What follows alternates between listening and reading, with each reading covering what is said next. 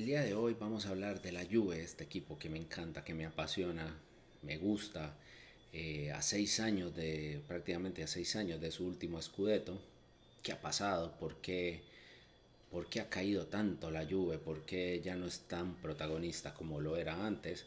Pero antes te invito a que te suscribas a mi canal de YouTube, que me encuentras como Esteban Parra Londono DT, en mis cuentas de redes sociales de X, Instagram, Facebook y TikTok, que me encuentras como Esteban Parra LDT, o si prefieres y te queda fácil, lo puedes llevar como podcast en Spotify, que me encuentras como Esteban Parra LDT. De antemano, este capítulo va exclusivo para Spotify, para YouTube, y también un agradecimiento a Pueblo Juve que me permite compartir este video en sus canales de comunicación. Entonces, muchísimas gracias y bueno, ¿qué ha pasado con la Juve después de 9 años de dominio en Italia? Pero en qué momento se empieza a ver que ya le va a costar, y es en el último título, cuando Maurizio Sarri es el entrenador. Venían de 6 años de Massimiliano Allegri ganando, dominando Italia, llegando a finales de Champions, perdiéndolas, pero siempre con una idea clara de juego, con un grupo un poco más armonioso, mejor armado, bien estructurado entre los jugadores de experiencia, de edad media y los jóvenes. Esto facilitaba mucho el trabajo. Cuando Massimiliano Allegri en la temporada, después de la temporada 2018-2019, decide renunciar, llama la Juve, contrata a Maurizio Sarri, un entrenador distinto, con un pensamiento un poco más distinto, es mucho más grande, eh, con un poco de ideas que ya no se iban acoplando a lo que es el fútbol de ahora, y se empieza a ver. De hecho, la Juve queda campeón, le cuesta quedar campeón. A la Juve, digamos que dentro de todo el parón de la pandemia, le sirve muchísimo, porque era una Juve que venía cediendo terreno, lo estaba alcanzando. Los equipos que estaban atrás de la Juve venían levantando el nivel mientras la Juve lo bajaba, no encontraba respuesta de sus jugadores, y esta pandemia y este parón le permitió reestructurar cosas, le permitió organizar cosas. Y si ustedes se fijan en la tabla de este último título, solo hay un punto de diferencia entre la Juve y el Inter. Sí, la Juve quedó campeón 2, 3 fechas antes, pero igual le costó, entonces no fue tan fácil para la Juve salir campeón. Pero bueno, sale Maurizio Sarri, que es el último campeón de Serie A, y llega Andrea Pirlo al banco. Un entrenador joven, un entrenador que prácticamente se quitó el uniforme de jugador, se puso el uniforme de entrenador. Este cambio cuesta si no se hace un buen trabajo mental, y porque el jugador se le olvida o al entrenador que hace este cambio se le olvida que ya hay muchas actitudes que no puede tener, porque esas son actitudes de jugador, no son actitudes de un entrenador, de la cabeza de grupo, de la persona que está visible y sobre la que recae casi que todo el peso, más que todo en la derrota del equipo.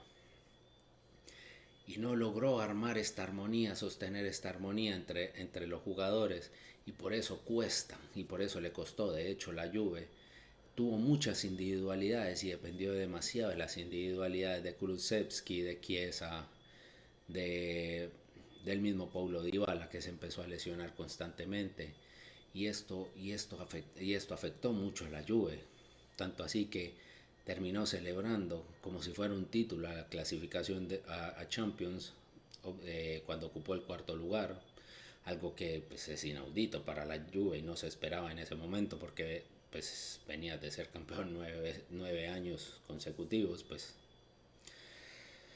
te costaba y te costaba asimilarlo, pero ya se empezaba a ver que la Juve necesitaba reestructurarse. ¿Y desde dónde empezaba la reestructuración? No solo en el tema deportivo, también en el tema dirigencial. La Juve empezó a presentar muchos cambios, eh, se empezaron a ver muchas anomalías en la parte económica, en la parte financiera. De hecho, la Juve, cuando sale Pirlo, llega otra vez Massimiliano Allegri y le toca el tema de la plusvalía, que es incrementar ciertos salarios o incrementar el valor de ciertos jugadores para no caer en este déficit y que sea sancionado por el fair play financiero de UEFA. Pero ¿por qué llega Massimiliano Allegri? Llega porque es un entrenador que venía de ser campeón 6 años seguidos, porque creían que podía volverle a dar ese nivel y esa competitividad que tenía, pero ya no tenía los mismos jugadores y ya no sabía cómo llegarle a estos jugadores a Allegri. De hecho, la ventaja y la calidad que tiene Allegri es de potenciar estos equipos a los que ha llegado, darles una condición distinta a estos jugadores para poder explotar y poder ser tan dominador como lo fue. Y en esta segunda parte no lo logró. De hecho, lo único bueno que tenía Allegri era que la Juve hacía un gol y era muy difícil empatárselo, darle vuelta.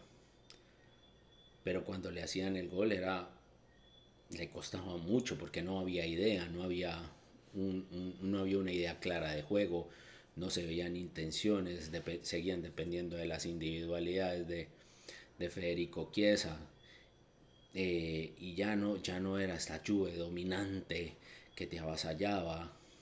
Ya, de hecho, en la segunda temporada de Allegri, cuando prácticamente está peleando el Scudetto, el simple hecho de empatar con el Inter y saber que ya clasificaste a Champions, deciden, no sé, decides dejarlo ahí. Y eso también se nota. Un empate que los clasificaba a los dos, el Inter podía seguir tranquilo y la Juve termina clasificándose cuarto, pero sin idea, sin nada, sin nada.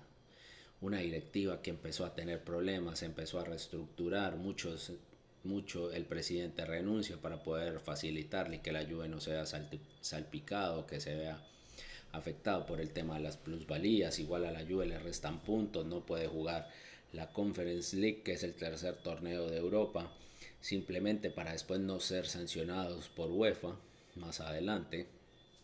Entonces esto también empieza a afectar un poco en lo económico. Muchos jugadores cedidos, contratos que eran muy altos. El caso de Paul Pogba, un contrato altísimo cuando vuelve a la Juve, y un jugador que tampoco le dejó mucho a la Juve, no le dejó nada porque prácticamente se la pasó entre lesionado y una sanción por doping de 2 años. Entonces la Juve se vio afectado por eso también. A la salida de Allegri, Montero termina dirigiendo los últimos partidos. El último campeón, digamos, el último título lo consigue con Allegri de la Copa Italia, pero nada de Serie A. Cuando llega Montero se hablaba de Thiago Motta, que había revolucionado el fútbol italiano con el Bologna, pero también le cuesta por este mismo ego que tiene Thiago Motta. Entonces le cuesta este ego, le cuesta llegarle a los jugadores, empieza a haber mucho enfrentamiento y al final termina solo.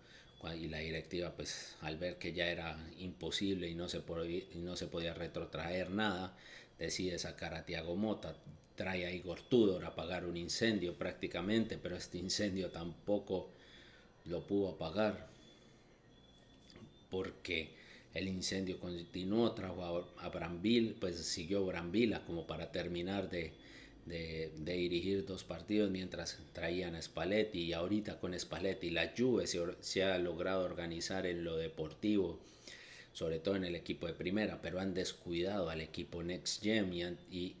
¿Y por qué digo que han descuidado al equipo Next Gen? Porque el equipo Next Gen debería aportarle jugadores a la Juve, al equipo profesional, debería aportarle la calidad de estos jugadores para acoplarse a una idea, pero por el tema de las plusvalías les ha tocado vender también a grandes jugadores, a venderlos a precios muy bajos, y de pronto ahora ya cuestan más, y ahí es donde se ha equivocado mucho esta dirigencia, una dirigencia que también ha sido novata en este sentido, una dirigencia que ha improvisado y ha inventado muchas cosas, porque se trajeron al director de operaciones de Ferrari, pero no es lo mismo dirigir a Ferrari o un equipo de Fórmula 1 o una empresa de carros a un equipo de fútbol. Es completamente distinto y esto se ha visto reflejado. Tienen a Giorgio Chiellini, alguien de la casa que también está empezando. Entonces es esto, la Juve ha tratado, pero le ha costado y le seguirá costando mientras no establezcan un proyecto, no establezcan un orden jerárquico desde lo administrativo y esto pase hasta lo deportivo.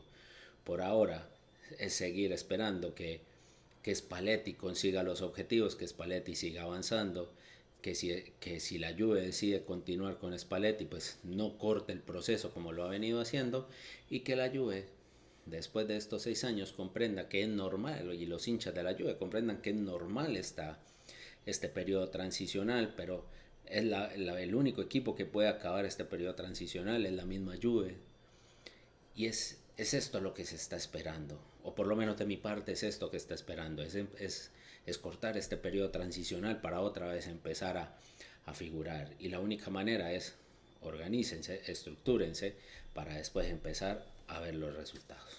Bueno, si te gustó este video, compártelo, nos vemos en otra ocasión. Y de nuevo, muchas gracias a Pueblo Juve que me va a permitir o que me permite compartir este video por sus canales de comunicación.